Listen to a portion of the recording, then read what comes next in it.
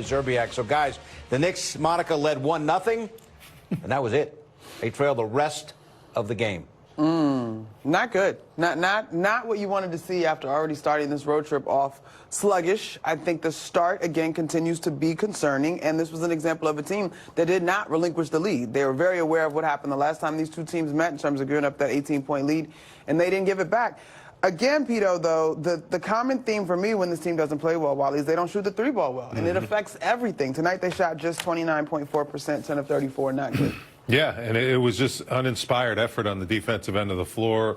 You know, Kevin Durant looked like a man on a mission. He just looked motivated. He looked like he was really into the game. He was chirping the Knicks bench. He looked like he wanted to win. And the Knicks just didn't look like they offered any resistance and fight in this game. Getting off to the 22-5 start, you mentioned that. And then the rest of the game, they made a couple pushes. I think Alvarado looked like he was getting after it on defense. Jordan Clarkson looks like the most active defender right now. He looks like he's playing to earn minutes. Yep. And he looks like he's giving max effort when he's out there on the floor defensively. Some of the other guys, they just don't look like they're engaged right now. They look like they're going through the motions at times, and they look like they're trying to fast forward to the playoffs. Now, can they flip the switch and turn it on? We shall see. But that was just very uninspiring, and it looks like Mike Brown's looking for answers on the sideline. Jalen Brunson, a -26, tied for the worst plus-minus he's had in a Knicks uniform.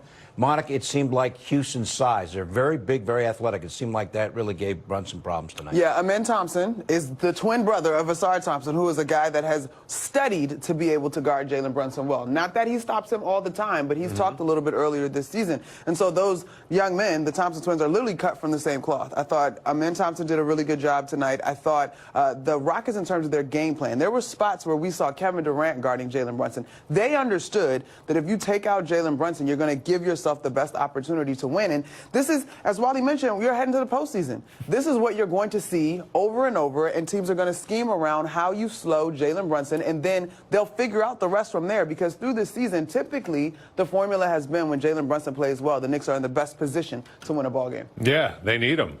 You can tell, because, you know, you would hope on a night like tonight, maybe Bridges or Anunoby would step up, but Bridges took only 4 shots, and OG Anunoby took 9 shots. Like, OG had good looks. He just was a little off from the three-point line. He's a guy that's going to kind of get him throughout the rhythm of the offense. But Mikal Bridges can create a little bit. He can look to attack and maybe step up when Jalen Brunson's getting suffocated by a bigger defender and they're taking the ball out of his hands. That was just a weird effort, and I think, you know, this team's really missing Shamet. I don't want to say, you know, but his kind of energy that he plays with on both ends of the floor, it's infectious when he gets the ball on offense. Shot quick, which is huge, or he moves it.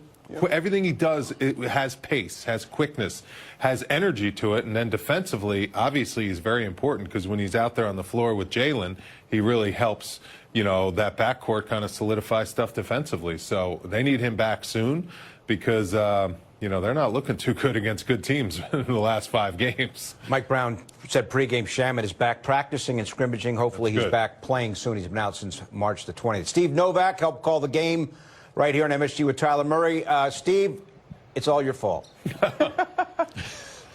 I always appreciate being able to take a little bit of the blame. It definitely was none of the shot missing or anyone else's fault, so I apologize. But I do have to say, I really do agree with what Wally was saying. I think a guy like Landry Shamet in the last 3 games, when you think about an OKC, a Charlotte, and the game tonight, the shot making and just the chaos that a guy like that creates when he's running off of screens and the defenses are, you know, trying to adjust to that kind of movement, Steph Curry-esque, just the distraction that a guy like that is, along with, honestly, Deuce McBride.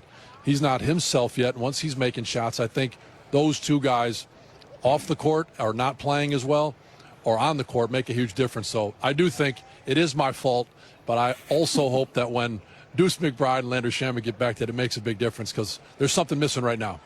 Yeah, I agree. It's not your fault. There's just it just looks like the guy's facial expressions just a little uninspiring at times, and it's a little scary and alarming. I mean, there are some guys, it seems like Alvarado, when he's out there, he's looking to kind of inject the team with some energy, and same with Deuce. Deuce is trying. You know, it's not easy coming off that injury, as we know.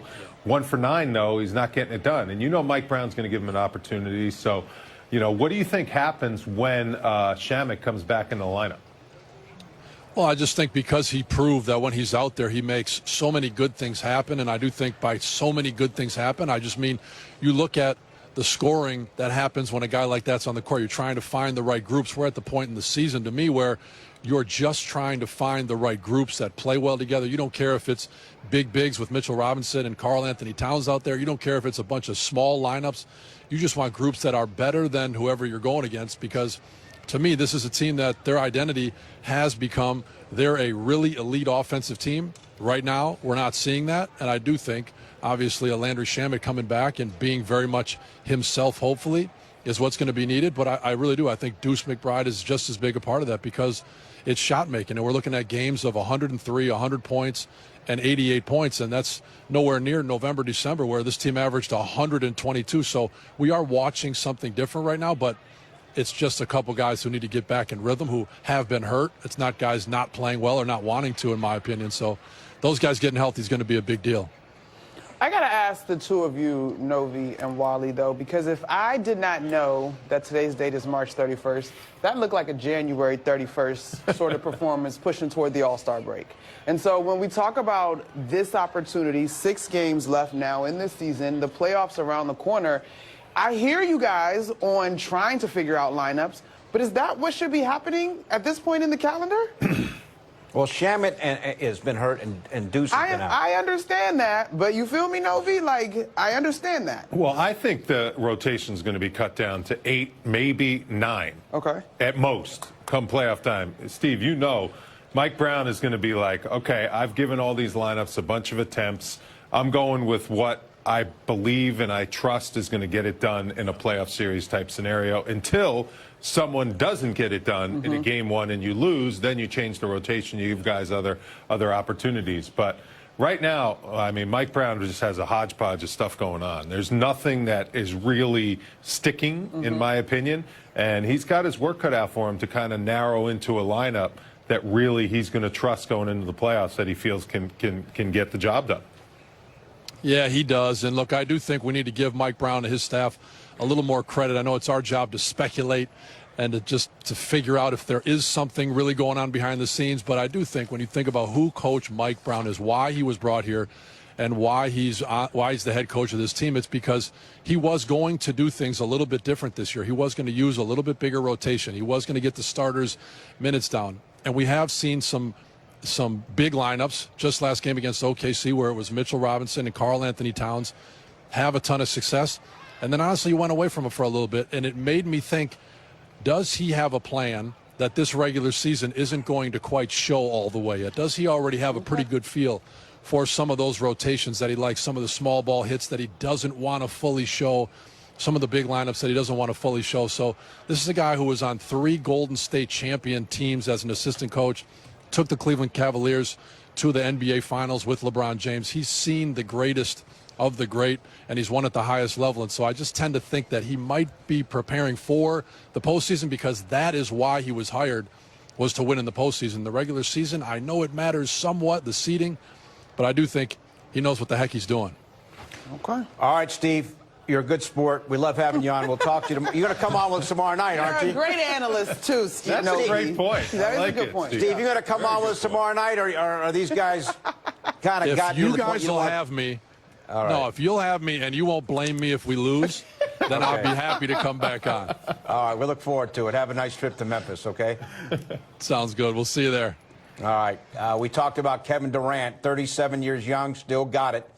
27 points. Sees tonight's thrilling moment, brought to you by FanDuel Casino. Get your thrill on. And Wally got the mid-range, and I mean, he's ageless. Torched us. Absolutely torched the Knicks. And the Knicks are supposed to have elite wing defenders in OG Anunoby and Mikal He's too Bridges. tall. He's 6'11". I know. He's been that all his Anunoby's in the career. right spot. He just shoots up and over him. That mid-range game is deadly. That pull-up, he can get that whenever he wants. I was very impressed with his facilitating, too. They don't have a pure point guard. He had 8 assists, Monica. Yeah, there you go. He's finding shooters. He was making plays, and it just looked like there was a little bit extra for him against the Knicks. For whatever reason, maybe it's because the Knicks didn't sign him that one opportunity that he just looked like he had he devised some extra motivation Yeah. to play against the Knicks tonight and wanted to send a message to them for whatever reason. Reminding folks of who he is. Fourth highest average against the Knicks of any There you go. opponent.